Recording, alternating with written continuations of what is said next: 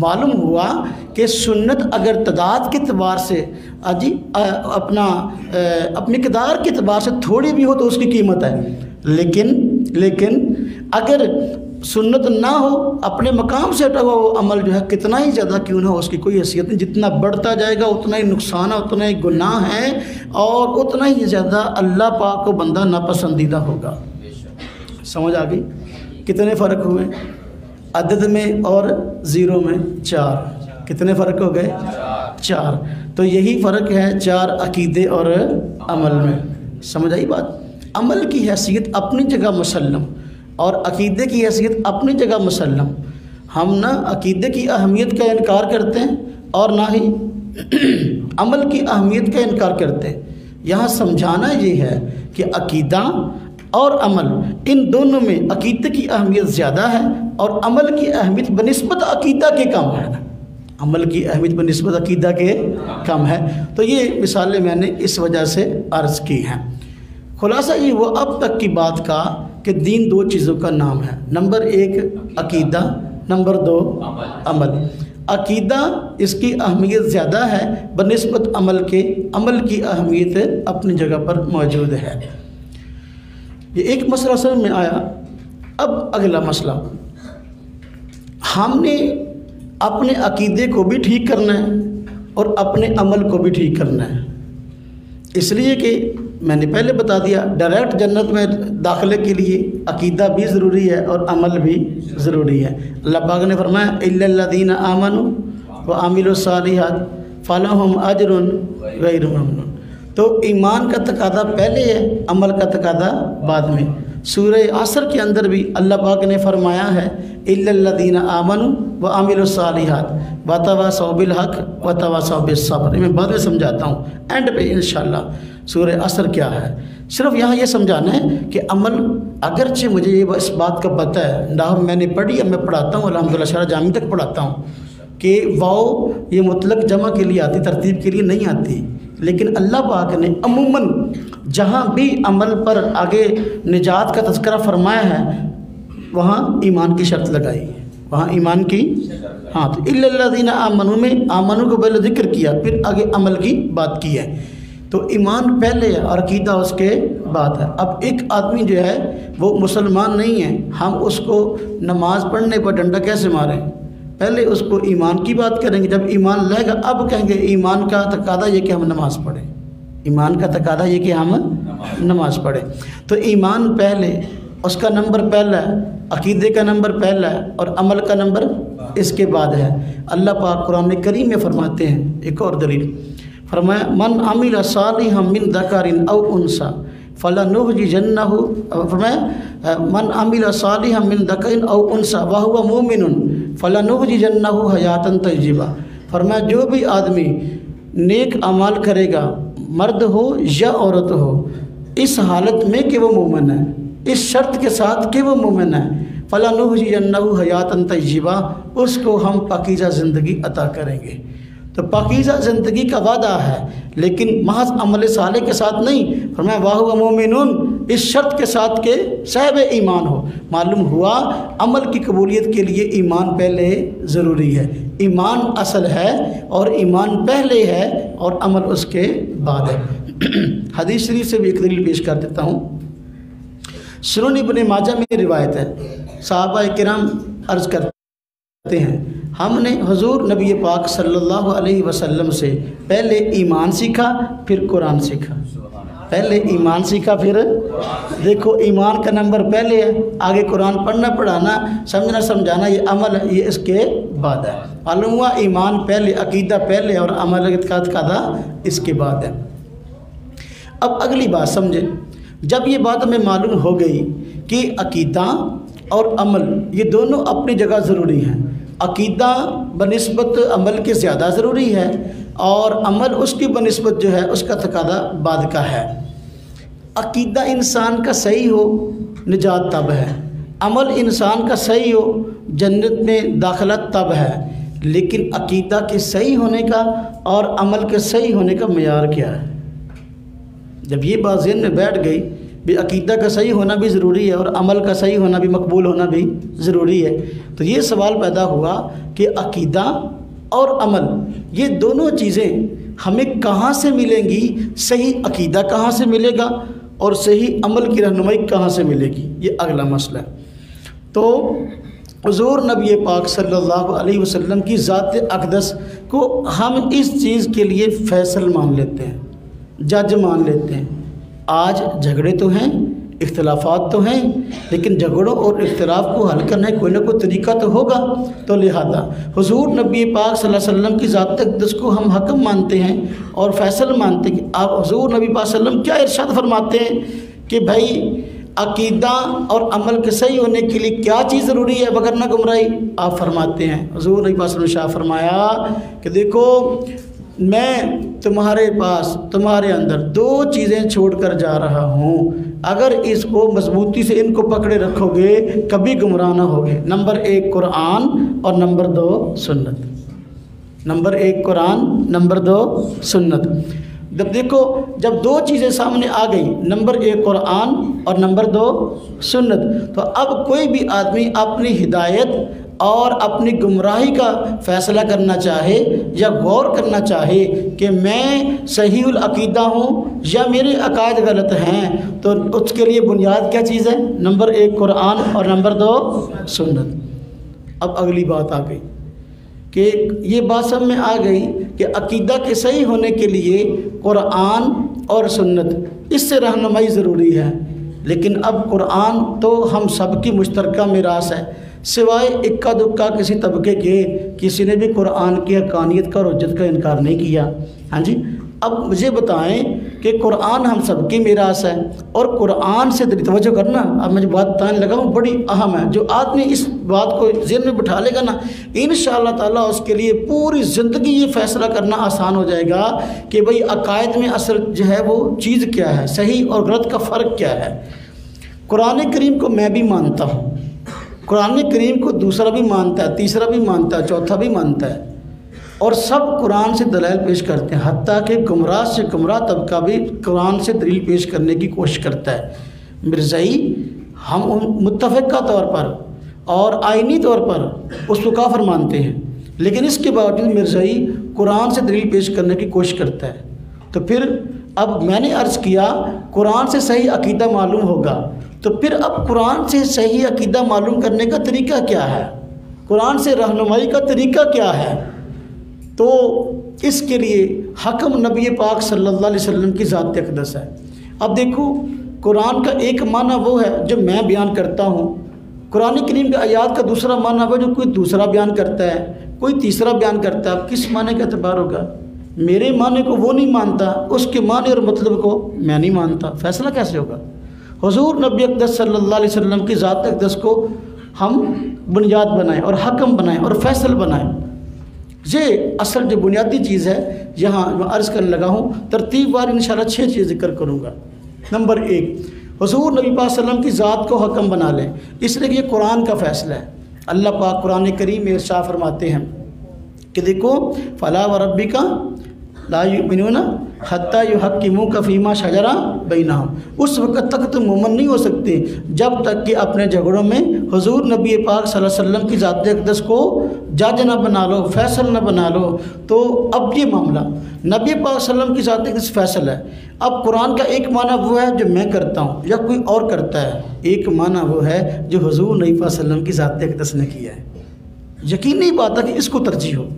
پہلا اہل حق کا پہلا اصول اور اہل حق کی پہلی علامت یہ ہے کہ وہ قرآن کریم کا وہ معنی اور معتبر سمجھتے ہیں جو کہ حضور نبی پاک صلی اللہ علیہ وسلم کی ذات اقدس نے بیان کیا۔ کیوں؟ اس لیے قرآن کی پہلی تفسیر کرنا کس کا حق تھا؟ حضور نبی پاک صلی اللہ علیہ وسلم کا۔ اس لیے قرآن آپ پہ نازل ہوا، اس کی دلیل قرآن پاک میں موجود ہے۔ اللہ پاک فرماتے ہیں وَأَنزَلْنَا إِلَيْكَ الذِّكْرَ لِتُبَيِّنَ لِلنَّاسِ، ہم نے قرآن پاک کو آپ پر نازل کیا تاکہ آپ اس کی وضاحت لوگوں کے سامنے پیش فرمائیں۔ اب قرآن کا وہ مطلب، وہ معنی جو حضور نبی پاک صلی اللہ علیہ وسلم بیان فرمائیں گے وہ معتبر ہے۔ جو کوئی 1200 سال بعد، 100 سال بعد، 1300 سال بعد، 1400 سال بعد بیان فرمائے گا، صاحب آگے تشریف لیں، بیان کرے گا وہ معتبر نہیں۔ قرآن کو سب اٹھائے پھرتے ہیں، لیکن قرآن کا معنی نمبر ایک کون بیان کرے گا؟ حضور نبی پاک صلی اللہ علیہ وسلم کی ذات۔ اہل حق کی علامات میں سے پہلی علامت یہ ہے کہ حضور نبی اقدس صلی اللہ علیہ وسلم کی ذات اقدس کو حکم مانتے ہیں، اس لیے کہ آپ کا یہ منصب ہے۔ اللہ پاک نے قرآن کریم میں فرمایا وَأَنزَلْنَا إِلَيْكَ الذِّكْرَ لِتُبَيِّنَ لِلنَّاسِ۔ اب توجہ کرنا، ہمارا کچھ دیر پہلے 3-4 ہفتے میں مناظرہ ہوا عذاب قبر کے عنوان پر، تو یہاں فیصل آباد نہیں، ایک طبقہ پیدا ہوا، انہوں نے عذاب قبر کا سیدھا سیدھا انکار کیا، اور ایک نیا فتنہ ہے۔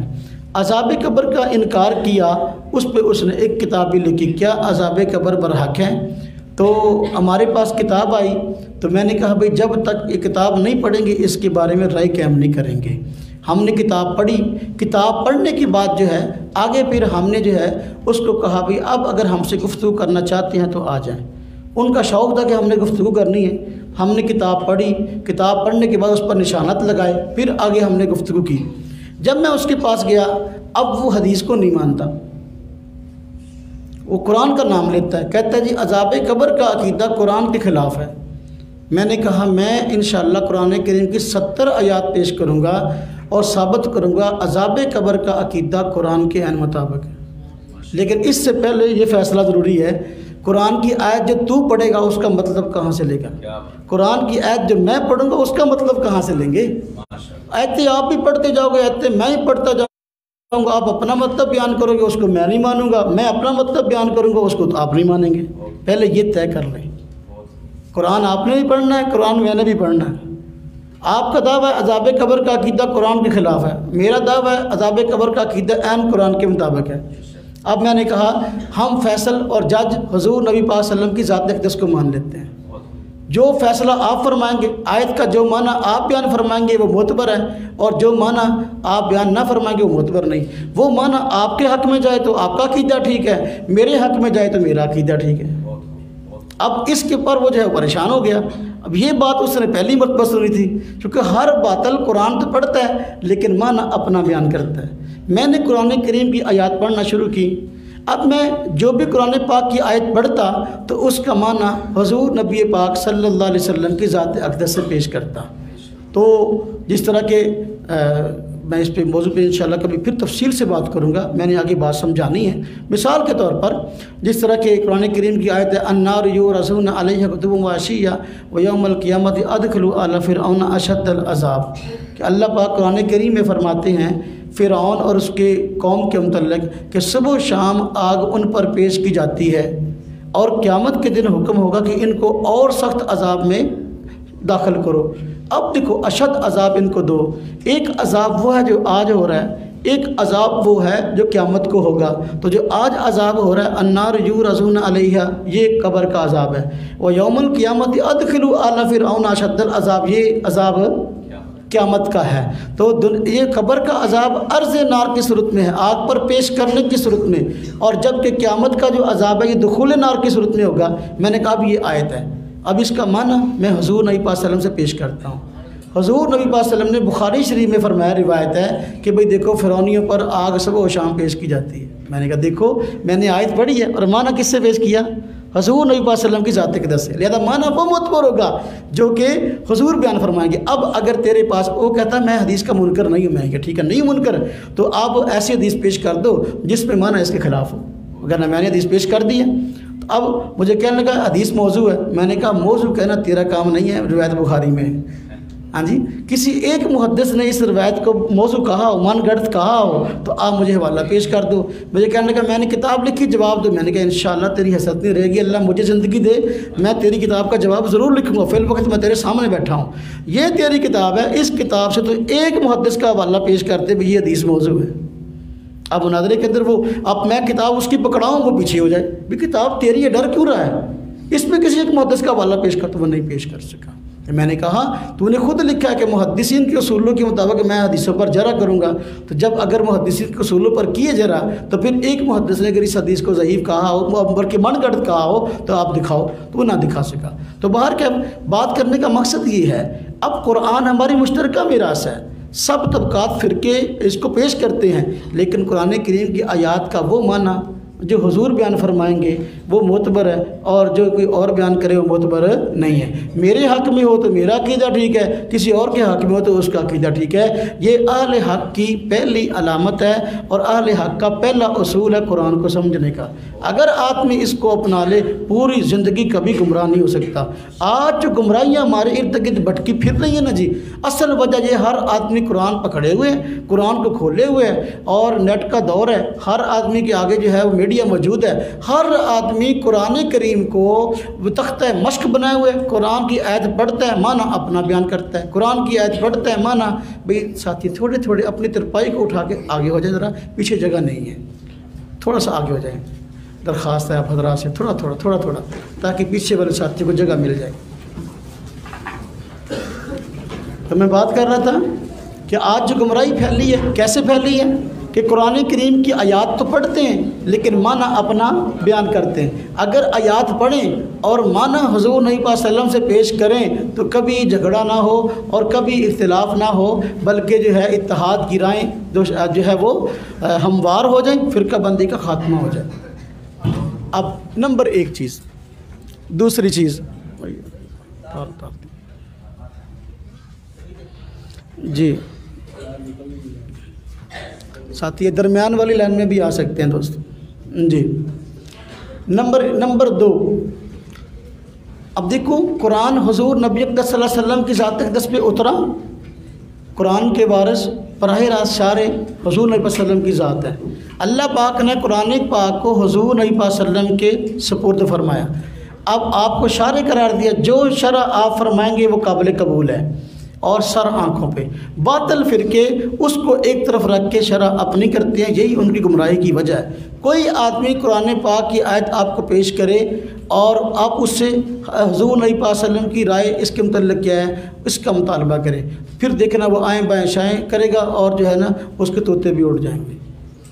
اب دوسری چیز، قرآن کریم کے ساتھ میں نے عرض کیا سنت ہے۔ آپ نے فرمایا کہ اگر قرآن اور سنت کو مضبوطی سے تھامے رہو گے کبھی گمراہ نہ ہوگے۔ سنت ہم سب کی میراث ہے، سنت ہم سب کی مشترکہ میراث ہے، اور جو آدمی سنت پر عمل کرتا ہے اسے کہتے ہیں اہل و سنت، اسے کہتے ہیں اہل و سنت۔ آج توجہ کرنا، آج جتنے ہمارے بڑے طبقات ہیں تو تقریباً سارے اپنے آپ کو اہل و سنت کہتے ہیں۔ یہ مسئلے میں آج آپ کو انشاءاللہ اس انداز سمجھاؤں گا۔ الحمدللہ میں ممبر رسول پہ بیٹھا ہوں، میں ڈنڈی مارنے قائل نہیں ہوں، میں آپ لوگوں سے جواب دہ نہیں ہوں، لیکن اللہ پاک کے ہاں جو بات کروں گا اس کا جواب دہ ہوں، اس سوچ کو سامنے رکھتے ہوئے جواب دوں گا۔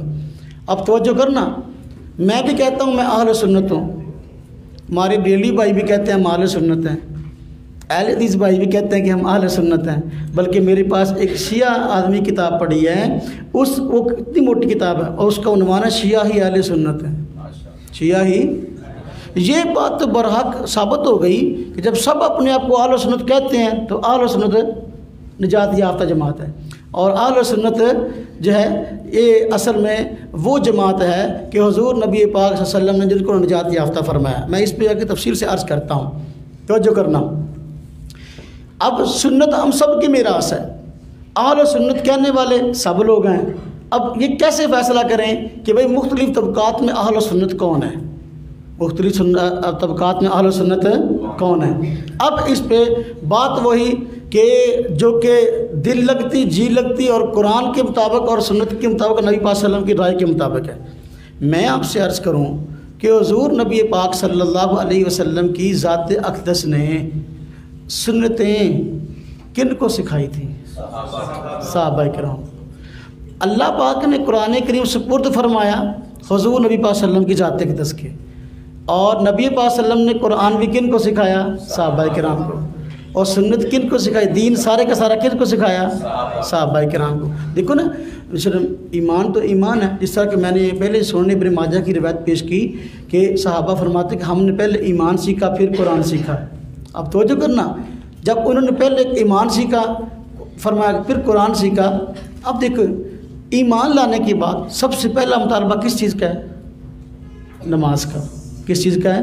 نماز کا۔ حضور نبی پاک صلی اللہ علیہ وسلم فرماتے ہیں نماز کے متعلق، جب نماز کا حکم آیا تو آپ نے نماز کا عملی طریقہ صحابہ کرام کو بتایا، اور پھر فرمایا صلو کما رأیتمونی اصلی، نماز اس طرح پڑھو جس طرح کہ تم نے مجھے پڑھتے ہوئے دیکھا ہے۔ اب نماز کون سی معتبر ہوگی؟ جو حضور نے پڑھی ہے۔ آج مختلف طبقات جو ہیں اس پہ جھگڑتے ہیں اور کہتے ہیں جی ہماری نماز جو ہے نبی صلی اللہ علیہ وسلم والی ہے۔ اب نبی پاک صلی اللہ علیہ وسلم نماز کس کو سکھاتے ہیں؟ صحابہ کرام۔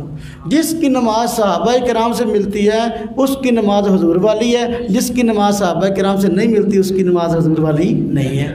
اب کتاب میں یہ لکھ تو دیا، اب میرے پاس تقریباً کتابیں 50 سے زیادہ کتابیں پڑھی ہیں، نماز نبوی، نماز رسول اللہ، نماز صلاۃ النبی کی حسین مناظر، اس طرح صلاۃ رسول، کئی کتابیں۔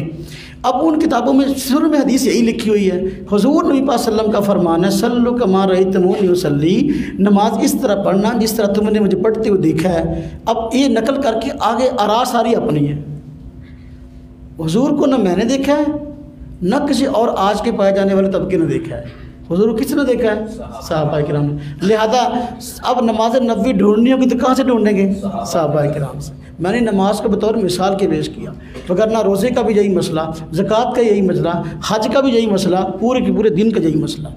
ہم کہتے ہیں حضور نبی پاک صلی اللہ علیہ وسلم دین کو لے کے آنے والے ہیں، اور آپ کے پہلے شاگرد صحابہ کرام ہیں، اور صحابہ کرام آج کے شاگردوں جیسے نہیں ہیں، کسی کا جی چاہے تو آئے، نہ جی چاہے تو نہ آئے، جی چاہے تو پڑھے، نہ جی چاہے تو نہ پڑھے۔ کئی شاگرد ایسے جن کو پڑھا پڑھایا مل جاتا ہے۔ ایک شاگرد نے ہفتہ پورا چھٹی کی، چھٹی کرنے کے بعد مدرسے میں آیا، سبق روٹین سے چلتا رہا، اب جو صفحے اس نے نہیں پڑھے اس کو تو پڑھے پڑھائے مل گیا نا۔ تو صحابہ کرام ایسے شاگرد نہیں تھے۔ اب توجہ کرنا، سنت پہ ہم نے عمل کرنا ہے، لیکن سنت پہ عمل کیسے ہوگا؟ حضور نبی پاک صلی اللہ علیہ وسلم عملی طور پر یہ سنت صحابہ کرام کو سکھا کر گئے ہیں۔ ہم صرف اہل و سنت نہیں بلکہ ہم والجماعت بھی ہیں۔ اہل و سنت نہیں بلکہ والجماعت۔ سمجھنا والجماعت کیا چیز ہے؟ اہل و سنت والجماعت، ہم اہل و سنت والجماعت ہیں۔ والجماعت، جماعت سے مراد یہاں صحابہ کرام کی جماعت ہے، اور جماعت کے شروع میں الف لام ہے۔ الف لام جو ہے یہ بتاتا ہے کہ یہاں عام جماعت مراد نہیں، خاص جماعت مراد ہے۔ اس سے پہلا اس کا مصداق اس دور میں جو ہے صحابہ کرام کی جماعت ہے۔ اس دور میں کون ہے؟ صحابہ کرام کی جماعت۔ اس کے بعد آگے تسلسل اس چیز کا چلا ہے، میں اس پہ آگے بات کرتا ہوں، توجہ کرنا۔ اب جو آدمی کہتا ہے کہ میں حضور نبی پاک صلی اللہ علیہ وسلم کی سنتوں کو ڈھونڈوں اور سنت عمل مجھے مل جائے، تو صحابہ کرام کو دیکھ لے، انشاءاللہ تعالی وہ جس طرح انہوں نے عمل کیا وہ سنت ہے، جو نہیں کیا وہ سنت نہیں ہے۔ آج جتنے جھگڑے ہمارے یہاں پائے جاتے ہیں نا، ان تمام جھگڑوں میں ہم صحابہ کرام کو حکم بنا لیں، ہم فیصل بنا لیں۔ ہم کہتے ہیں بھائی دیکھو، آپ بھی اپنے آپ کو اہل سنت کہتے ہو، ہم بھی اپنے آپ کو اہل سنت کہتے ہیں، لیکن دیکھو اہل سنت والجماعت یہ ہے اصل جو ہے وہ جنتی طبقہ۔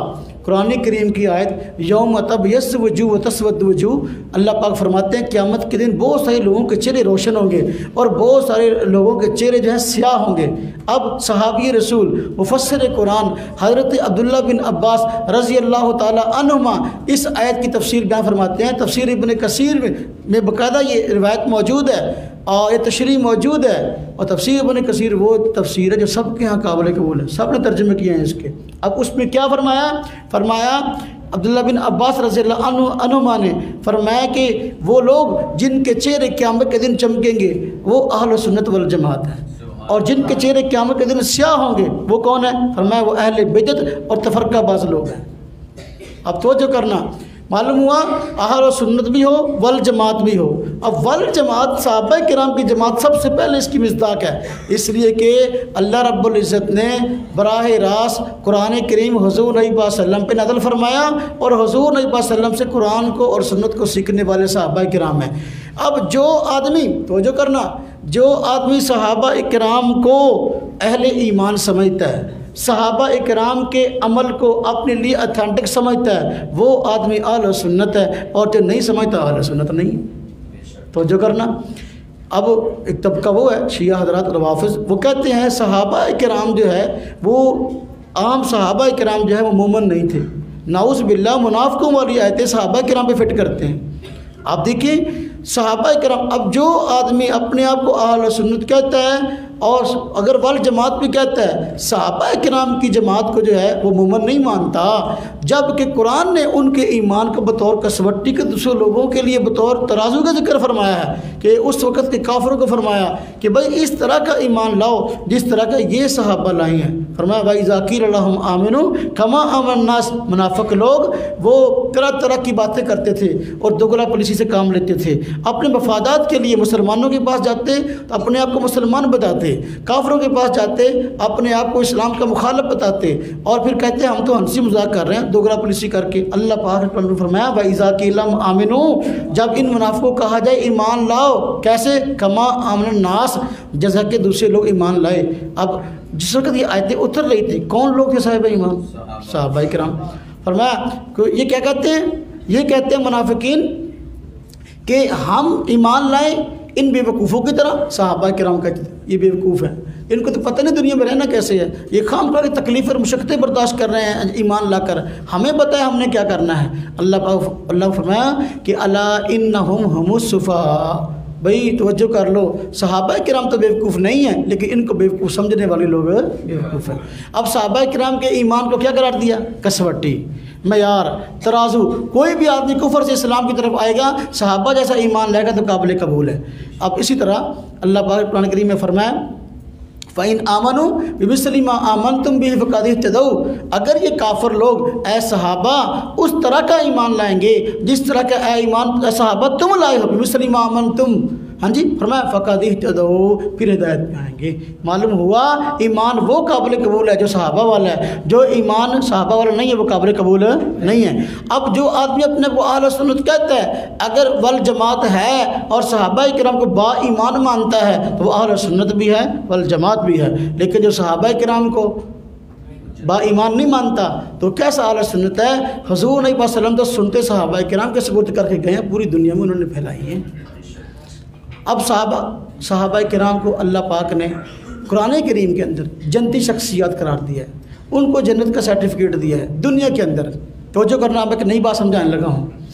اللہ پاک فرماتے ہیں صحابہ کرام کے متعلق والسابقون الاولون من المہاجرین والانصار والذین تبعوہم بإحسان رضی اللہ عنہ ورضوا عنہ، فرمایا وہ صحابہ کرام جو کہ ایمان لانے میں پہل کرنے والے ہیں، مہاجر ہوں یا انصار ہوں، اور پھر وہ جو لوگ اس نیکی کام میں ان کے پیروکار ہیں، فرمایا یہ سارے کے سارے ایسے ہیں اللہ پاک ان سب سے راضی ہو گیا ہے۔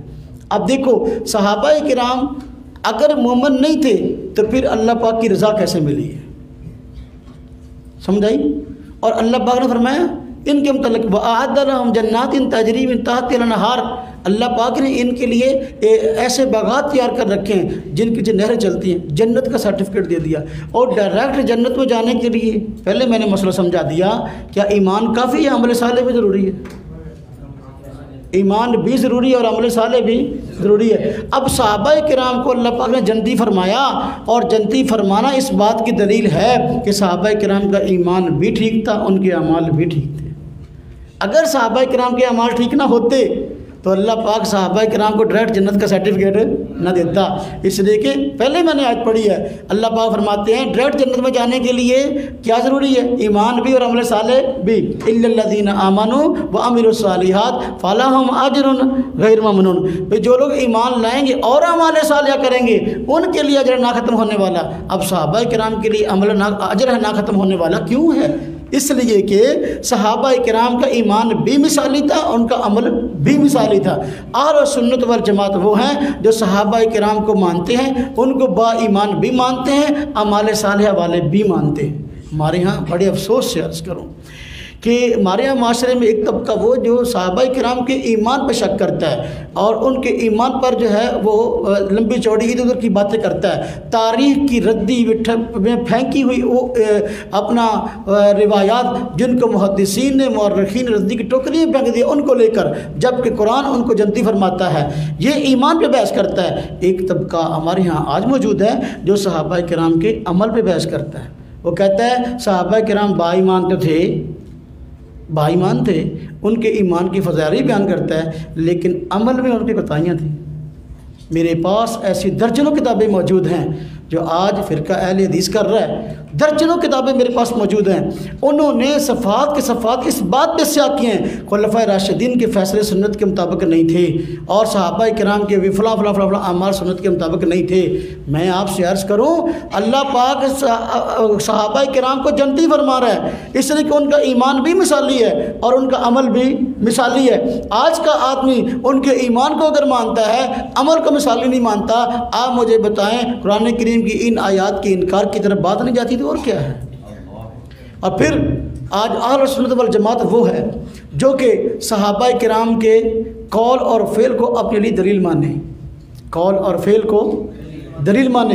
کس ہم اہل سنت والجماعت، اہل سنت وہ ہے جو کہ صحابہ کرام سے فیصلہ کروائے کہ یہ عمل سنت ہے کہ نہیں ہے۔ والجماعت کا معنی وہ لوگ جو کہ صحابہ کرام سے فیصلہ کرواتے ہیں کہ یہ عمل سنت ہے کہ نہیں۔ جس عمل کو سنت صحابی فرمائے گا وہ سنت ہے، جس کو جو ہے صحابی سنت نہیں فرمائے گا، عمل نہیں کرے گا، ترغیب نہیں دے گا، وہ سنت نہیں ہو سکتا۔ ہمارے درمیان جو فاصلے، اصل بنیادی چیز تو یہ ہے، ان کی درجنوں کتابوں میں یہ بات لکھی ہے، صحابی کا قول فعل ہمارے لیے کوئی دلیل اور حجت نہیں ہے۔ اب فتاویٰ نظیریہ موجود ہے، ہمارے پاس موجود ہے، اور اسی طرح اللہ فتاویٰ اہل حدیث موجود ہے، فتاویٰ ثنائیہ موجود ہے، اور کئی کتابیں ہیں ایسی درجنوں جس میں لکھا ہوا ہے۔ ہمارے یہاں اصول میں یہ بات طے ہے کہ صحابی کا قول اور فعل حجت نہیں ہے۔ اب جن کے ہاں صحابی کا قول فعل حجت نہیں ہے، کیوں حجت نہیں ہے؟ اس لیے کہ ان کی رائے یہ ہے کہ صحابہ کرام کے اعمال ٹھیک نہیں تھے۔ اب یہ اصل چیز ہے۔ پھر وہ اہل سنت کیسے ہے اور والجماعت کیسے ہے؟ اس جماعت کو جو اس وقت مخاطب تھی، والجماعت جو صحابہ کرام کی جماعت، جن کو اللہ پاک فرمایا اولئک حزب اللہ، یہ اللہ کا گروہ ہے، فرمایا اولئک هم المفلحون، یہ کامیاب لوگ ہیں جن کو اللہ پاک نے فرمایا۔ اگر صحابہ نہیں تھے، کون لوگ تھے جن کو کامیاب فرمایا؟ تو یہ صحابہ کرام کے اعمال بھی مثالی تھے، ان کا ایمان بھی مثالی تھا۔ اگر ایک آدمی کہتا ہے کہ ایمان تو مثالی تھے لیکن اعمال مثالی نہیں تھے، سمجھو اس کو سمجھنے میں غلطی لگی ہے۔ وہ اہل سنت والجماعت کا مصداق کیسے بنے گا؟ وہ والجماعت کیسے ہے جبکہ صحابہ کرام کی جماعت کو غلطی پر سمجھتا ہے؟ تو اہل سنت والجماعت کون ہے؟ جو سنت کو مانے اور کسی عمل کے سنت ہونے نہ ہونے کا فیصلہ کس سے کروائیں؟ صحابہ کرام کی جماعت سے۔ اب جتنے منکرین حدیث ہیں وہ سنت کو ہی نہیں مانتے، وہ کہتے ہیں ہم نے صرف قرآن کو ماننا ہے۔ وہاں بات ہوئی تو میں نے مناظرے میں نے کہا کہ آپ نے جو کتاب لکھی ہے اس میں منکرین حدیث کے حوالے آپ نے دڑا دڑ ذکر کیے ہیں، خارجیوں اور نواسب کے حوالے آپ نے دڑا دڑ ذکر کیے ہیں۔ کراچی کا ٹولہ نواسب کا جو اہل بیت کے فضائل کا منکر ہے اور ایک ایک حدیث کا انکار کرتا ہے جو اہل بیت کی شان میں آئی، آل رسول کی شان میں آئی۔ تو نے ان کتابوں کے حوالے دیے اور ان کتابوں کے حوالے دینے کے بعد ہم پر جو ہے حاوی ہونے کی کوشش کرتا ہے کہ میرا عقیدہ ٹھیک ہے، تیرا عقیدہ ٹھیک کیسے ہے؟ تیرا عقیدہ ٹھیک نہیں ہے۔ اس لیے کہ سب سے پہلے کہتا ہے میں قرآن کو لیتا ہوں، ہم بھی قرآن کو لیتے ہیں، ہم قرآن کے ساتھ سنت کو لیتے ہیں، لہذا حضور جو معنی بیان کریں گے وہ معتبر ہے۔ نمبر 2 میں نے پھر کہا، میں نے کہا میرے اور آپ کی طرف فیصلہ کرنے والی چیز کیا ہے؟ نبی پاک صلی اللہ علیہ وسلم کی ذات اقدس۔ آپ جو معنی مطلب بیان کریں گے وہ معتبر، جو عقیدہ بیان کریں گے وہ معتبر۔ اگر عقیدہ تیرے والا بیان ہوا حدیث میں تو تیری بات معتبر ہے، میرے والا بیان ہوا تو میری معتبر ہے۔ میں نے کہا اگلی بات، صحابہ کرام رضوان اللہ علیہ مجمعین حضور نبی پاک صلی اللہ علیہ وسلم کے ترجمان ہیں، اس لیے کہ نبی یہ نمائندہ خدا ہوتا ہے اور صحابی نمائندہ مصطفیٰ ہوتا ہے۔ اب حضور نبی پاک صلی اللہ علیہ وسلم کے نمائندہ کون ہے؟ صحابہ۔ حضور نبی پاک صلی اللہ علیہ وسلم صحابہ کرام کو بھیجتے تھے، جاؤ فلاں ملک میں جاؤ بھائی، ہاں جی یہ خط لے کے جاؤ، فلاں بادشاہ کو دین کی تبلیغ کرو، اور جی فلاں جگہ پہ جاؤ، لشکر جا رہے ہیں، جماعتیں جا رہی ہیں۔ صحابہ کرام نمائندے تھے، صحابہ نمائندہ مصطفیٰ ہیں۔ جب نمائندہ مصطفیٰ ہیں، ہماری اور آپ کی بات یہاں سے کٹے گی جب آپ صحابہ کرام کو کراس کرو گے تو جو میں نے کہا دیکھو سب سے پہلے قرآن کی وہ تشریح معتبر جو کہ حضور نے فرمائی، اور حضور کے بعد ترجمان کون ہے؟ حضور کے صحابہ، اور صحابہ میں امتیاز خلفائے راشدین کو۔ اس لیے خلفائے راشدین نے پوری دنیا کے اندر دین کو پھیلایا ہے، اور جب پوری دنیا میں انہوں نے دین کو پھیلایا ہے تو پھر اب جو تشریح صحابہ کرام سے منقول ہوگی وہ اتھینٹک ہے، تیرے حق میں ہو تو تیری معتبر ہے، میرے حق میں تو میری معتبر ہے۔ یہ والجماعت۔ اب اس کے خلفاء راشدین کے بعد پھر ترجیحات ہیں صحابہ کرام کی۔ باہر کا اللہ پاک نے تمام صحابہ کرام کو جنت کا سرٹیفکیٹ دیا۔ فرمایا لا یستوی منکم من انفق من قبل الفتح وقاتل، فرمایا برابر نہیں ہے وہ صحابہ کرام جنہوں نے فتح مکہ سے پہلے جو ہے ایمان بھی قبول کیا اور جہاد بھی کیا۔ فرمایا ان کا مرتبہ زیادہ ہے، اولئک اعظم درجۃ من الذین انفقوا من بعد وقاتلوا۔ فرمایا کہ دیکھو یہ ان لوگوں سے بڑے ہوئے ہیں شان کے اندر جو کہ فتح مکہ کے بعد ایمان لائے اور انہوں نے بعد میں جو ہے وہ اعمال صالحہ کیے، جہاد میں حصہ لیا اور خرچ کیا۔ تو دیکھو وَلَّهُمْ وَعَدَ اللَّهُ الْحُسْنَى، اللہ پاک نے سب سے جو ہے بھلائی اور جنت کا وعدہ کیا ہے۔ جب سب صحابہ کرام کو جنت کا سرٹیفکیٹ مل گیا، آج کوئی آدمی جنت میں جانا چاہتا ہے نا، مسئلہ تو جنت میں جانے کا، دنیا کے معاملات تو نہیں پٹی جائیں گے سارے کے ساتھ۔ تو جو جنت میں جانا چاہتا ہے جنتی گروہ کے ساتھ مل جائے گا تو انشاءاللہ جنت میں چلا جائے گا۔ تو اہل سنت والجماعت توجہ کرنا۔ حضور نبی پاک صلی اللہ علیہ وسلم، دوسرا اصول اہل حق کا یہ، پہلا نبی پاک صلی اللہ علیہ وسلم کی ذات اقدس کو اپنے لیے اتھینٹک آپ جو معنی بیان کریں۔ نمبر 2 صحابہ کرام کی جماعت۔ سنت ہونا نہ ہونا قرآن کی کون سی معتبر ہے کون سی معتبر نہیں ہے، اس صحابہ کرام سے فیصلہ کروائیں۔ نمبر 3 حضور نبی پاک صلی اللہ علیہ وسلم جب دنیا سے رخصت ہوئے ہیں تو اپنا کسی کو وارث تو بھی تو بنا کے گئے ہیں نا جی۔ ہاں جی، آپ کا ارشاد ہے علماء انبیاء کے وارث ہیں، علماء انبیاء کے وارث ہیں۔ توجہ کرنا، آج ہم باتیں بتانے لگا ہوں نا، اب وہ سارے کے سارے پریشان ہوں گے جو آج علماء کے خلاف بکواسات کرتے ہیں۔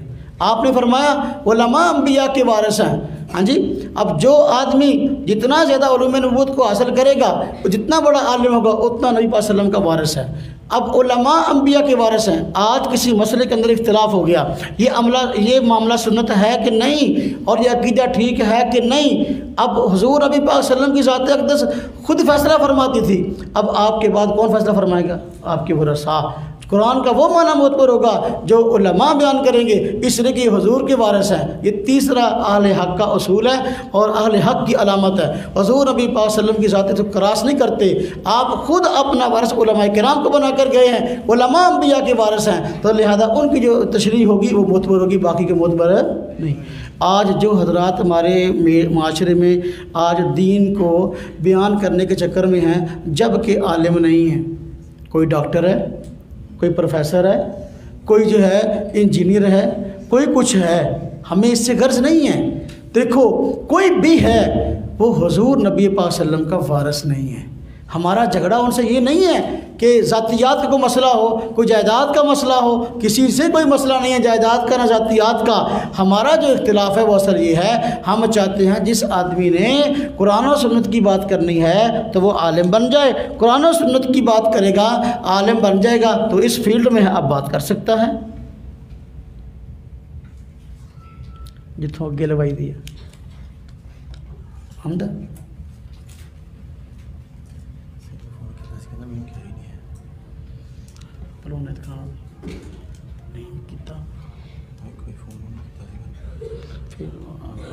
روٹی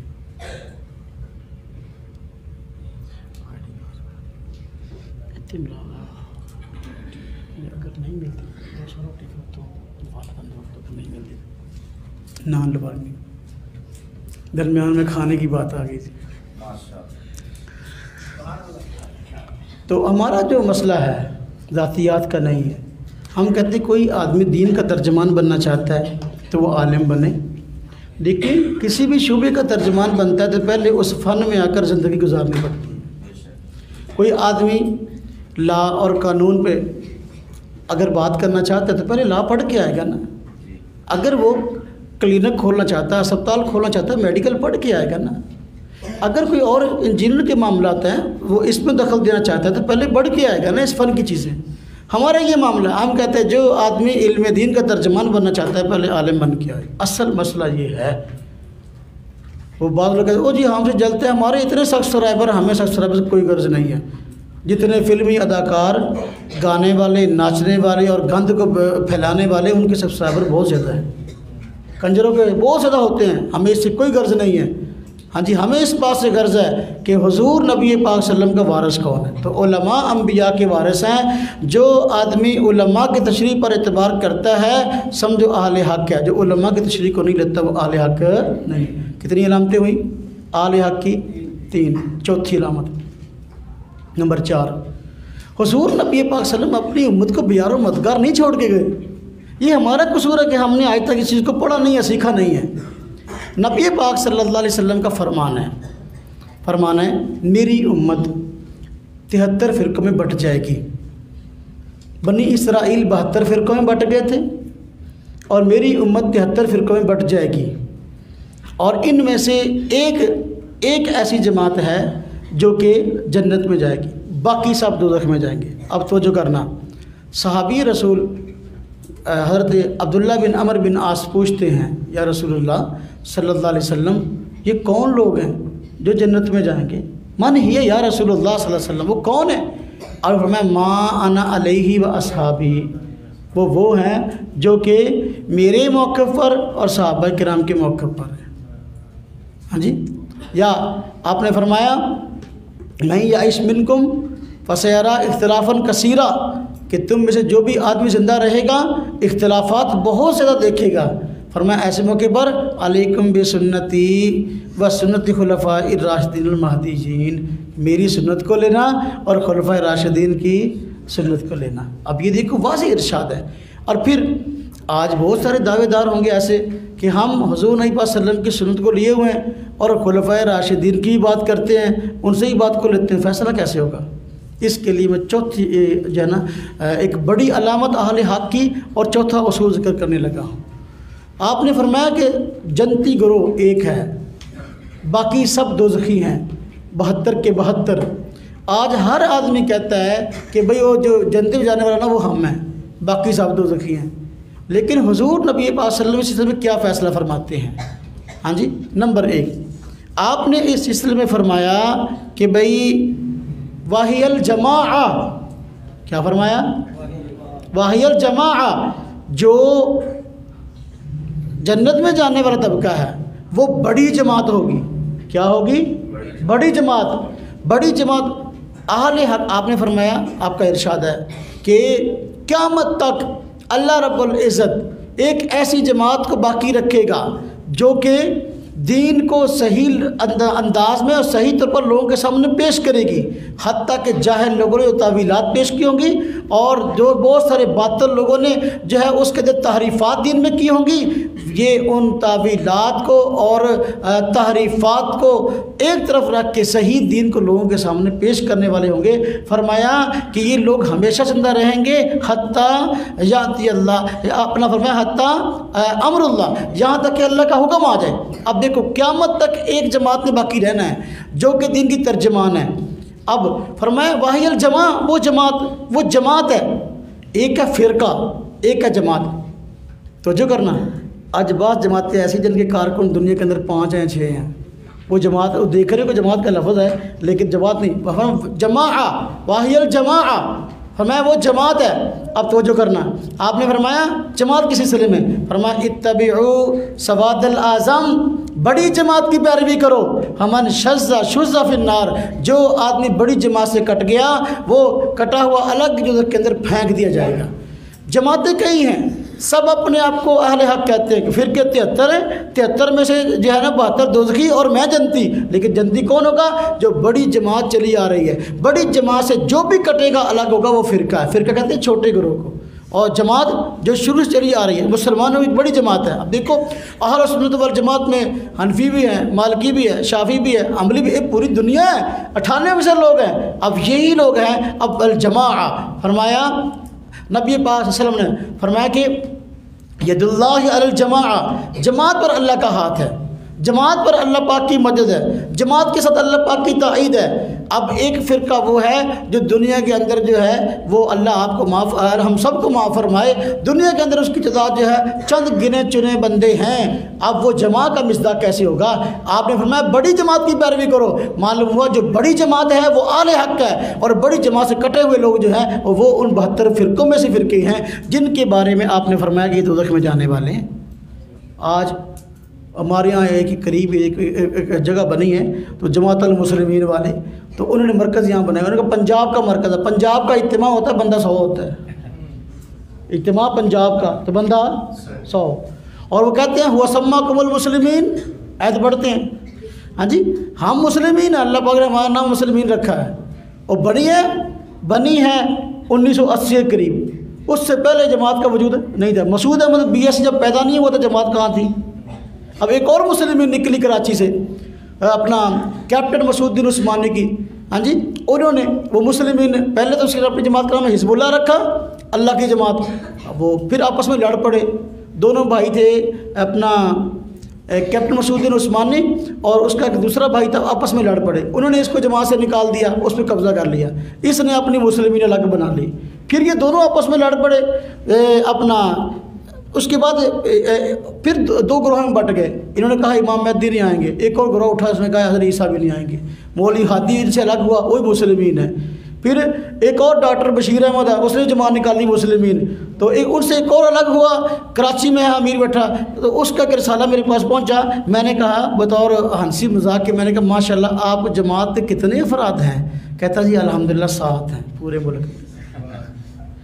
تو یہ آل فرمایا وہی الجماعہ، اہل حق وہ ہیں جو جماعت ہے، فرمایا بڑی جماعت کی پیروی کرو، بڑی جماعت کی پیروی کرو گے گمراہی سے بن جاؤ گے، بچ جاؤ گے۔ اللہ پاک نے قرآن کریم میں فرمایا، دیکھو توجہ کرنا، فرمایا وَمَن يُشَاقِقِ الرَّسُولَ مِن بَعْدِ مَا تَبَيَّنَ لَهُ الْهُدَىٰ، جو آدمی رسول اللہ صلی اللہ علیہ وسلم کی مخالفت کرے گا، ہاں جی ہدایت کے واضح ہونے کے بعد، آگے فرمایا وَيَتَّبِعْ غَيْرَ سَبِيلِ الْمُؤْمِنِينَ، اور چلے گا مومنوں کے راستے کے علاوہ اور راستے پر، فرمایا اس کو 2 سزائیں ملے گی، ایک دنیا میں ایک آخرت میں۔ فرمایا دنیا میں سزا یہ ہے نُوَلِّهِ مَا تَوَلَّىٰ، وہ جدھر مڑ گیا مڑا رہے گا، اس کو ہدایت نصیب نہ ہوگی۔ آخرت میں کیا ہے؟ فرمایا کہ وَسَاءَتْ مَصِيرًا، دوزخ میں داخل ہوگا، وَنُصْلِيهِ جَهَنَّمَ، یہ ہے اصل چیز۔ اب مومنین کا راستہ کون سا ہے؟ عام لوگ مسلمان جس راستے پہ چل رہے ہیں یہ معروف ہے، قرآن کریم میں فرمایا کہ وَلَا تَعْصَوْا فِي مَعْرُوفٍ، وہ دستور کی مخالفت نہ کرو۔ عام جو لوگ چل رہے ہیں روٹین کے ساتھ، دین چل رہا ہے چلنے دو، ہر آدمی اٹھتا ہے اور اپنے نئی اور پارٹی جماعت بنا لیتا ہے اور باقی سب کو دوزخی اور کافر کہہ کے جو ہے نا فارغ ہو جاتا ہے۔ ایسے لوگ جو کہ اہل حق سے کٹ کے الگ ہو رہے ہیں، ان کی معاشرے کے اندر کوئی حیثیت نہیں ہے اور ان کی دین میں کوئی حیثیت نہیں ہے۔ آج جو سابقے ہوتے ہیں ان کو بڑی جو ہے نا وہ شہرت دیتے ہیں بعض لوگ، سابقے، یہ سابقہ فلانا ہے، سابقہ فلانا ہے، وہ سابقہ کچھ بھی ہو، سب دیکھو جتنے فرقے کس سے نکلے؟ اسلام سے۔ آپ نے فرمایا 73 فرقے ہوں گے اور جنت میں جانے والا ایک ہے، تو 72 کس سے نکلیں گے؟ اسلام سے۔ اسلام برا ہو گیا، اللہ معاف فرمائے، ایک آدمی ہے وہ پہلے مسلمان تھا، نعوذ باللہ کسی لالچ میں عیسائی ہو گیا، اب آپ مجھے اسلام برا ہو جائے گا، کوئی آدمی اس کے نام سے لکھے یہ صاحب کا مسلمان، اللہ معاف فرمائے۔ جتنے باطل فرقے اہل حق سے نکلے ہیں، لیکن اہل حق کی ایک جماعت اپنی روٹین کے ساتھ چلتی رہے گی۔ جو آدمی 14ویں صدی میں 15ویں صدی میں اہل حق ہونے کا دعویٰ کرتا ہے، آپ دیکھو اس کے اندر یہ علامت پائی جاتی ہیں جو میں عرض کر رہا ہوں۔ چوتھی علامت میں نے عرض کی ہے کہ واہی الجماعہ، وہ بڑی جماعت ہوگی۔ آپ نے فرمایا بڑی جماعت کی پیروی کرو، جو بڑی جماعت اہل حق ہے، جو چند ایک ہیں اور اپنے علاوہ باقی کو سب کو کافر کہتے ہیں، وہ کسی بھی اعتبار سے جو ہے اہل حق نہیں ہیں۔ 5ویں علامت اہل حق کی، اور اہل حق کا 5واں اصول کیا لیں، علامت کیا لیں؟ 5ویں علامت یہ ہے، آپ لوگ تھکتے ہیں کہ 5ویں علامت یہ ہے، حضور نبی پاک صلی اللہ علیہ وسلم نے رہنمائی فرمائی ہے، قرآن کریم نے رہنمائی فرمائی ہے، اہل حق فرمایا کہ دین کے اندر غلو نہیں کرنا، اہل حق دین میں غلو نہیں کرتے۔ فرمایا یا ایھا الذین آمنوا لا تغلوا فی دینکم، اے ایمان والو اپنے دین میں غلو نہ کرو۔ اب دین میں غلو کیا ہے؟ افراد و تفرید کا شکار ہو جانا، یا الحاد اور بدعت کا شکار ہو جانا۔ اصل سنت درمیان کا رستہ ہے، جو الحاد کی طرف چلا گیا وہ بھی رستے سے ہٹ گیا، جو بدعت کی طرف چلا گیا وہ بھی رستے سے ہٹ گیا، اور جو آدمی افراد کی طرف چلا گیا وہ بھی کام خراب، اور جو ادھر آ گیا تفرید کی طرف کام خراب ہے۔ فرمایا اہل سنت والجماعت، اور سنت کے مد مقابل یا الحاد آتا ہے یا بدعت آتی ہے، یا الحاد آتا ہے یا الحاد کسے کہتے ہیں؟ الحاد دین میں کمی کرنے کا نام ہے، اور بدعت دین میں اضافے کا نام ہے۔ میں نے پچھلے دونوں اس پہ تھوڑی سی روشنی ڈالی تھی، تھوڑا سا اشارہ کرتا ہوں پھر آگے نکلتا ہوں۔ سنت کے مد مقابل ایک الہاد ہے اور دوسرا بدعت ہے۔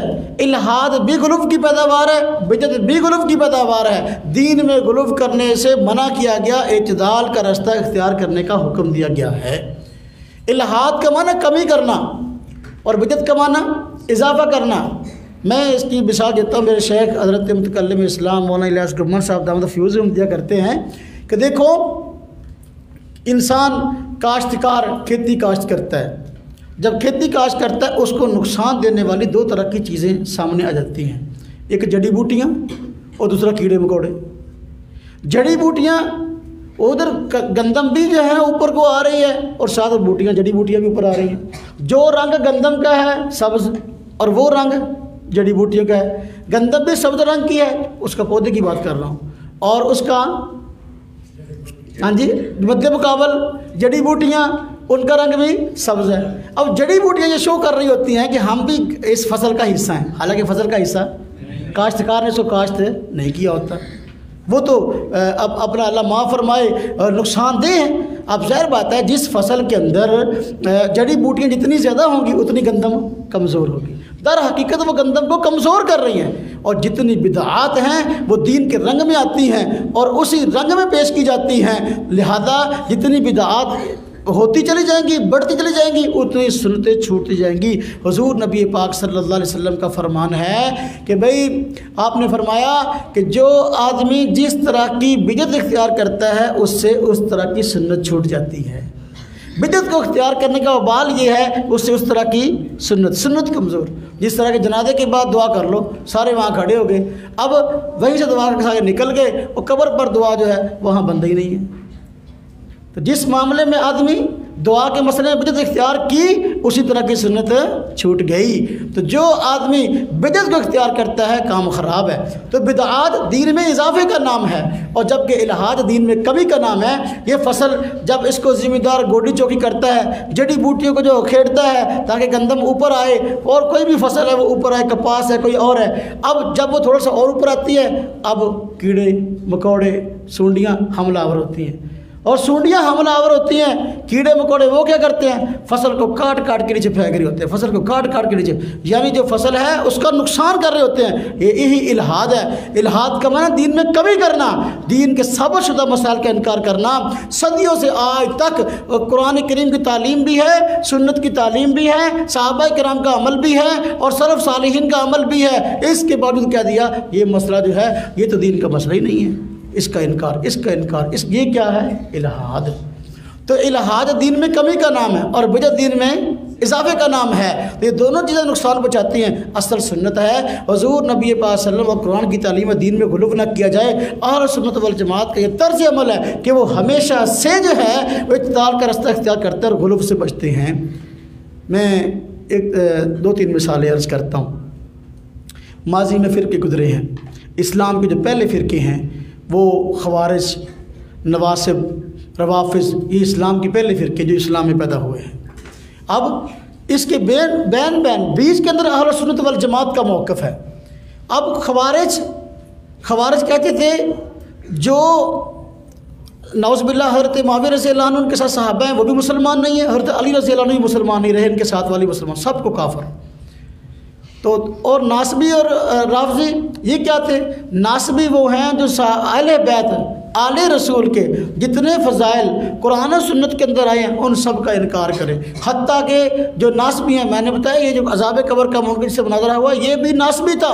کراچی میں ایک گروہ موجود ہے جنہوں نے باقاعدہ یہ بات لکھی ہے حضرت علی رضی اللہ عنہ خلیفہ راشد نہیں ہے، حضرت حسن صحابی نہیں ہے، حضرت حسین صحابی نہیں ہے، یہ ہے اہل بیت کے فضائل کا انکار۔ یہ ناسبی ہیں، یہ اہل سنت سے کٹے ہوئے ہیں، یہ دین میں غلو کرنے والے لوگ ہیں۔ اور دوسری طرف رافضی ہے، وہ کہتا ہے کہ آل رسول کے فضائل کوئی موجود نہیں اور ان کی کوئی فضیلت نہیں. دوسری طرف رافضی وہ کہتا ہے کہ صحابہ کرام سارے کے سارے جو ہے ان کے پلے کچھ نہیں تھا, سارے کے سارے ایمان مخلص نہیں تھے بلکہ سارے منافق تھے.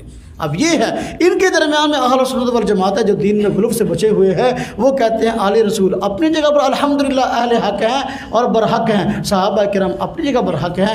دونوں اہل سنت والجماعت کے مسلمانوں کے مقتدر طبقات ہیں اور ہم سب کے امام ہیں. آل رسول بھی ہمارے سر کا تاج ہیں اور صحابہ کرام بھی ہمارے سر کا تاج ہیں. اسی طرح اس کے بعد فرقے پیدا ہوئے. ایک فرقہ پیدا ہوا قدریہ کے نام سے, ایک فرقہ پیدا ہوا جبریہ کے نام سے. ان کے بیان میں اہل سنت ہمیشہ چلے آتے تھے. قدریہ فرقہ پیدا ہوا, اس نے کہا کہ انسان جو ہے اپنے افعال کا خود خالق ہے, اللہ پاک خالق نہیں ہے. جبریہ نے کہا کہ نہ, اس کی بالکل الٹ کہ جی دیکھو انسان جو ہے یہ بالکل مجبور ہے اور بس اللہ پاک جو ہے نا ایک اس کو مشین کی طرح چلا رہے ہیں, بندے کا کوئی اختیار نہیں ہے. اب یہ دونوں باتیں جو ہیں یہ اعتدال سے ہٹی ہوئی تھی. ہم کہتے ہیں بھی قدریہ بھی غلط ہیں, جبریہ بھی غلط ہیں. انسان کے جتنے افعال ہیں ان کا خالق رب تعالیٰ کی ذات ہے, ہاں البتہ کسب بندے کا ہے. افعال کے خالق رب تعالیٰ ہیں اور کسب بندے کا ہے. اب یہ درمیان میں ہم نے جبریہ کے جبر کو بھی توڑا اور قدریہ کے قدر کو بھی توڑا. ہم نے کہا نہ بلکہ درمیان میں اہل سنت والجماعت ہیں. اسی طرح آگے طبقات پیدا ہوئے. ایک فرقہ آیا مجسمہ, ایک فرقہ آیا مجسمہ اور مشبہ, ایک فرقہ آیا معطلہ. مجسمہ اور مشبہ رب تعالیٰ کی ذات اقدس کے متعلق نظریات میں انہوں نے غلو کیا. جو مجسمہ اور مشبہ تھا انہوں نے کہا کہ رب تعالیٰ بھی اسی طرح جسم رکھتے ہیں جس طرح کہ ہمارا جسم ہے, رب تعالیٰ کے ہاتھ ہیں, پاؤں ہیں, فلاں ہیں جس طرح کے ہمارے ہیں. یہ کیا ہے؟ فرقہ مجسمہ. فرقہ مشبہ ہم کہتے ہیں نہ بھائی, اللہ پاک کی ذات جو ہے جسم کی محتاج نہیں ہے, ہم ہیں مخلوق جو جسم کی محتاج ہیں, رب تعالیٰ کی ذات کسی چیز کی محتاج نہیں ہے. دوسری طرف معطلہ تھے. قرآن کریم کے اندر جو ہے جو آیات رب تعالیٰ کے ایسے صفات کے بارے میں آئی ہیں جن میں بعض اعضاء کا تذکرہ ہے تو وہ کہتے ہیں کہ یہ اللہ تعالیٰ کی صفت نہیں ہے. ہم کہتے ہیں یہ اللہ پاک کی صفات تو ہیں لیکن صفات متشابہات میں سے ہیں, اس کا معنی اللہ پاک جانتے ہیں. اب یہ ہمیشہ اعتدال پر جو ہے وہ اہل سنت والجماعت رہے ہیں. تو میں عرض کر رہا تھا کہ پانچویں علامت اہل حق کی اور پانچویں نشانی اہل حق کی رسول یہ ہے یہ دین میں غلو نہیں کرتے, افراط اور تفریط سے بچے ہوئے ہیں, اہدنا الصراط المستقیم کے صحیح معنوں میں مصداق ہیں. ان شخصیات کے پیچھے لگے ہیں جن کے لگنا. نمبر 6 اہل حق کا چھٹا اصول, اور اس پہ میں بات کو ختم کروں گا. اہل حق کا چھٹا اصول یہ ہے کہ یہ پورے کے پورے دین کی دعوت دیتے ہیں, پورے کے پورے دین کے دائی ہیں. اللہ پاک قرآن کریم فرماتے ہیں یا ایھا الذین آمنوا ادخلوا فی السلم کافہ, اے ایمان والو ایمان میں پورے کے پورے داخل ہو جاؤ, اسلام میں پورے کے پورے داخل ہو جاؤ. اب دیکھو جو آج طبقہ یہ چاہتا ہے کہ میں اہل حق میں شامل ہو جاؤں تو اہل حق کو ڈھونڈوں, اس کا طریقہ یہ دیکھ لو پورے کے پورے دین کی دعوت کون دے رہا ہے. جو آج طبقہ موجود ہو اور دین کے ہر شعبے کی دعوت دے رہا ہو سمجھو اہل حق ہے. جو چند رسومات پر لڑ رہا ہے, مروا رہا ہے, چند فروئی مسائل پر لڑ رہا ہے, لوگوں کو مروا رہا ہے, دینگا بشتی کروا رہا ہے, ساری صلاحیت اس پہ خرچ کروا رہا ہے, سمجھو وہ باطل ہے. پورے کے پورے دین کی دعوت دینے والے آج علماء دیوبند ہیں. الحمدللہ آپ دین کا کوئی شعبہ نہیں بتا سکتے کہ بھئی یہ شعبہ ہے اور اس میں علماء دیوبند کی خدمات نہیں ہیں. کوئی شعبہ بطور مثال کے آپ پیش کریں, کوئی ایسا نہیں. الحمدللہ یہ دینی مدارس اب جتنے حفاظ جتنے علماء دیوبند کے یہاں پیدا ہوتے ہیں کائنات کی پوری روئے زمین پر کہیں پیدا نہیں ہوتے. 84,000 حافظ ایک سال کے اندر پیدا کرنا یہ علماء دیوبند کا کارنامہ. ہاں جی, جہاد کے میدان میں دنیا مان گئی ہے, مانک, اور دفاع صحابہ کا عنوان ہے دنیا مانتی ہے, دفاع ختم نبوت کا عنوان ہے ہاں جی دنیا مانتی ہے. ختم نبوت کانفرنس ہو رہی ہے اور میدان سجا ہوا ہے, ہزاروں تعداد میں لوگ وہاں پہنچے ہوئے ہیں. آج جو ساتھی ہمارے پاس کم آئے نا, ایک تو ہم نے بلائے نہیں ہیں, ہم نے خاص دوستوں کو بلایا۔ نمبر 2، بہت سارے ہمارے علماء کرام اور چاہنے والے حضرات وہ بیچارے گاڑیاں پہلے کروا چکے تھے اور وہاں جانے کے لیے وہاں گئے ہوئے ہیں، کانفرنس شروع ہے۔ تو باہر کیا بات کرنے کا مقصد یہ ہے کہ آج اہل حق طبقہ کون سا ہے معلوم کرنا ہو تو دیکھ لو، چند ایک رسموں پر، چند ایک فروعی مسائل پر کون ہے جو لڑ رہا ہے، چند ایک مسائل پر کون ہے جو لڑ رہا ہے۔ جو لڑ رہا ہے پورے دین کی دعوت نہیں پیش کر رہا، ان کی ہر تقریر، ان کی ہر تحریر، ان کی ہر مجلس وہ چند ایک فروعی مسائل پر یا چند ایک باتوں پر جو ہے وہ ساری صلاحیتیں خرچ ہو رہی ہیں، سمجھو وہ باطل ہے، اور جو پورے کے پورے دین کی دعوت دے رہا ہے وہ اہل حق ہے۔ الحمدللہ یہ 6 کی 6 علامات علماء دیوبند میں پائی جاتی ہیں، اور سنت والجماعت کا آج اگر کوئی مصداق ہے تو وہ علماء دیوبند ہیں۔ آپ دیکھ لیں، نمبر 1 میں پھر 6 کو ذکر کرتا ہوں، 6 میں نے علامات ذکر کی ہیں اہل حق کی، یہ 6 کی 6 علامات علماء دیوبند میں پائی جاتی ہیں۔ نمبر 1، قرآن کی تشریح و معتبر جو حضور بیان کرتے ہیں، علماء دیوبند کا نظریہ ہے۔ نمبر 2 حضور نبی پاک صلی اللہ علیہ وسلم کے بعد صحابہ آپ کے ترجمان ہیں، صحابہ کرام کے ایمان بھی مثالی، ان کے اعمال بھی مثالی۔ ہاں جی۔ نمبر 3، ہم صحابہ کرام کو معتبر مانتے ہیں۔ نمبر 3 ہم کہتے ہیں کہ صحابہ کرام کے بعد علماء کرام جو ہیں وہ انبیاء کے وارث ہیں اور قرآن و سنت کے وارث ہیں۔ جو معنی جو مطلب قرآن و سنت کا علماء بیان کریں گے وہ رہتی دنیا تک جو ہے معتبر ہے، اور یہ الحمدللہ آج بھی علماء دیوبند جو ہیں باقاعدہ اس کے ترجمان ہیں۔ نمبر 5، دین میں غلو الحمدللہ اہل سنت والجماعت علماء دیوبند دین میں غلو سے کوسوں دور ہیں۔ میں اس پہ مثالیں دوں تو آپ حیران ہو جائیں گے، واہ کیا مثالیں ہیں۔ اور اعتدال کا آج اگر کوئی منبع موجود ہے اور اعتدال پہ چلنے والی جماعت موجود ہے وہ علماء دیوبند کی ہے۔ میں اس پہ ایک آدمی مجھے کہنے لگا کہ پھر کہ انہیں نے تے کتنا پتہ لگے تجھے سچے ہو؟ میں نے کہا ہم انتہا پسند نہیں ہیں، کوئی عقیدہ لے لو، کوئی مسئلہ لے لو، ہم اکیلے نہیں ہیں۔ ہمارے یہاں 3 طبقے پائے جاتے ہیں، ہم ہیں، بریلوی بھائی ہیں، اہل حدیث ہیں۔ کوئی عقیدہ لے لو، ہم کسی میں ایک نہیں ہیں، کوئی نہ کوئی ہمارے ساتھ ہے۔ ہم کتنے مسائل ایسے ہیں اس میں اہل حدیث الگ رہ جاتے ہیں، کتنے مسائل ایسے ہیں بریلوی بھائی الگ رہ جاتے ہیں۔ ہم کسی مسئلے میں کسی نظریے میں الگ نہیں ہیں، بلکہ کوئی نہ کوئی ہمارے ساتھ موجود ہے۔ یہ ہمارے اعتدال کے ہونے کی واضح دلیل ہے۔ بات سمجھ آئی؟ دین میں غلو کا نتیجہ یہ ہے، کفر کے فتوے ہیں۔ الحمدللہ میرے اکابر نے کفر کا فتویٰ جس پر بھی دیا بڑی بصیرت سے دیا، بڑا دیکھ کر دیا، اور ہم ہر آدمی کو کافر نہیں کہتے۔ ہمارے اکابر کا طرز ہے کہ کسی پر کفر کا فتویٰ دینے سے پہلے بہت کچھ سوچتے ہیں۔ آج ہمارے مد مقابل ہمیں کہتے ہیں تمہارے قائد کفری ہیں، تمہارے قائد شرکی ہیں، ہم اپنے مد مقابل کافر نہیں کہتے۔ نہ ہم اہل حدیث حضرات جو آج کے ہیں ان کو ہم کافر نہیں کہتے، نہ ہم بریلوی حضرات کو کافر کہتے ہیں، جبکہ یہ مد مقابل دونوں میں کافر کہتے ہیں۔